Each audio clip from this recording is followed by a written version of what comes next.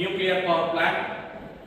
The new difference between the nuclear fusion and nuclear fission will be explained as a case study, and also the accident happened due to nuclear power plant will be also addressed by the students, following students. Okay, thank you. இப்போ introduction of nuclear plant என்னென்ன introduction ஆகும்னா, nuclear plant வந்து எலக்ட்ரிசிட்டியில் produce ஆகும். இதில் electricity energy release பண்ணால் nuclear reaction. அதில் வந்து instead of burning ஃப்ளூர் R கேஸில் வந்து எனர்ஜி வந்து ஸ்பெஷல் ஃபியூல் எதில் ஆகும்னா யுரேனியம் ஆகும். இம்பார்ட்டன்ஸ் என்னென்னு பார்த்தீங்கன்னா, large amount of large amount of electricity do not cause air pollution. இதாவது ரன் லாங் பீரியட் ஆகும். நான் வந்து ஃபங்க்ஷன்ஸ் நியூக்ளியர் பவர் பிளான்ட்ல வந்து ஃபர்ஸ்ட் கோர்ல வந்து ரியாக்டர் இருக்கும். அந்த ரியாக்டர்ல வந்து உள்ள வந்து ஜிர்கோனியம் ராட்ஸ்ல வந்து யுரேனியம் பில்லட்ஸ் வந்து ஃபில் பண்ணிருப்போம். அதை வந்து நம்ம ஃபியூல் ராட்ஸ் யூஸ் பண்ணுவோம். இப்போ அந்த ஃபியூல் ராட்ஸ் வந்து ரியாக்டர் வச்சுட்டு, இப்போ அந்த ரியாக்டர்ல வந்து யூஸ் பண்றதுக்கு நியூட்ரான் தேவையா, அந்த நியூட்ரான் வந்து நம்ம யுரேனியம் 235 நியூக்ளியர்ல இருந்து ஸ்பான்டேனியஸ் ரியாக்ஷன் மூலியமா அந்த நியூட்ரான் வந்து கிரியேட் பண்ணுவோம். அந்த கிரியேட் பண்ற நியூட்ரானை வந்து அந்த ஜிர்கோனியம் ராட்ஸ், அதாவது ஃபியூல் ராட்ஸ்ல வந்து மோதிட்டோம்னா அது வந்து ரியாக்ஷன் நடக்குமா, அந்த ரியாக்ஷன் வந்து அதிக amount of heat and energy வந்து ப்ரொடியூஸ் பண்ணும். இப்போ அந்த அதிகமான ஹீட் எனர்ஜி வந்து நம்ம கட்டுப்பாட்டுக்கு வச்சுக்கிறதுக்காக கண்ட்ரோலர்ஸ் யூஸ் பண்றோம். அதாவது போரான்ங்கிற கண்ட்ரோலர்ஸ் யூஸ் பண்றோம். இப்போ வந்து அந்த ரியாக்ஷன் வந்து தேவையில்லை அப்படின்னா அந்த கண்ட்ரோலர்ஸ் வந்து அந்த ரியாக்டருக்குள்ள வச்சோம்னா அது வந்து நியூரான் வந்து அப்சர்வ் பண்ணிட்டு ரியாக்ஷன் வந்து ஸ்டாப் பண்ணிடும். ஒரு அந்த ரியாக்ஷன் வந்து இன்னும் நடக்கணும் அப்படின்னா அந்த ராட்ஸ் வந்து வெளியே எடுக்கும் போது ரியாக்ஷன் வந்து நடக்க ஆரம்பிச்சிடும்.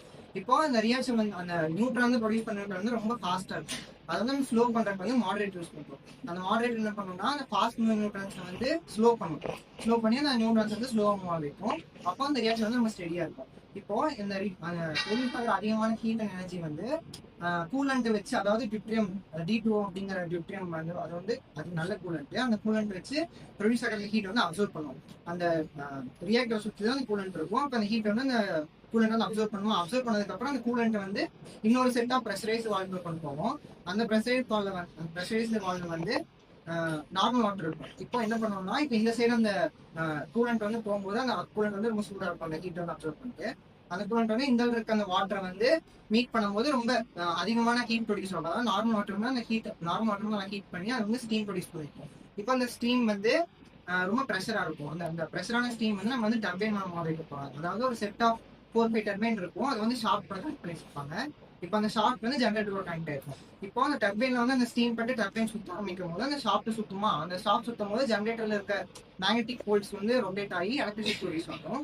இப்போ ப்ரொடியூஸ் ஆகிற எலக்ட்ரிசிட்டி வந்து டிரான்ஸ்ஃபார்மர் மூலியமா நம்ம வந்து வீடு, இண்டஸ்ட்ரி அந்த மாதிரிலாம் கொண்டு போய்க்கலாம். இப்போ அந்த ப்ரொடியூஸ் ஆகிற அந்த ஸ்டீம், இப்போ அந்த ஸ்டீம் வந்து டர்பைன் மாறிட்டதுக்கு அப்புறம் அந்த ஸ்டீம் வந்து நம்ம திரும்ப ரீயூஸ் பண்ணலாம். எப்படின்னா கண்டென்சர் வந்து என்ன பண்ணணும்னா அந்த சூடான ஸ்டீமை வந்து கூல் பண்ணி திரும்ப வாட்டரா உருவாக்கி நம்ம திரும்ப அந்த வாட்டர் வந்து நம்ம ரீயூஸ் பண்ணிக்கலாம். இப்போ இந்த ரியாக்ஷன் மூலமா நம்ம வந்து 1000 இருந்து 2000 மெகாவாட்ஸ் எலக்ட்ரிசிட்டி வந்து ப்ரொடியூஸ் பண்ணலாம். அது வந்து கண்டினியூஸா ப்ரொடியூஸ் பண்ணலாம்.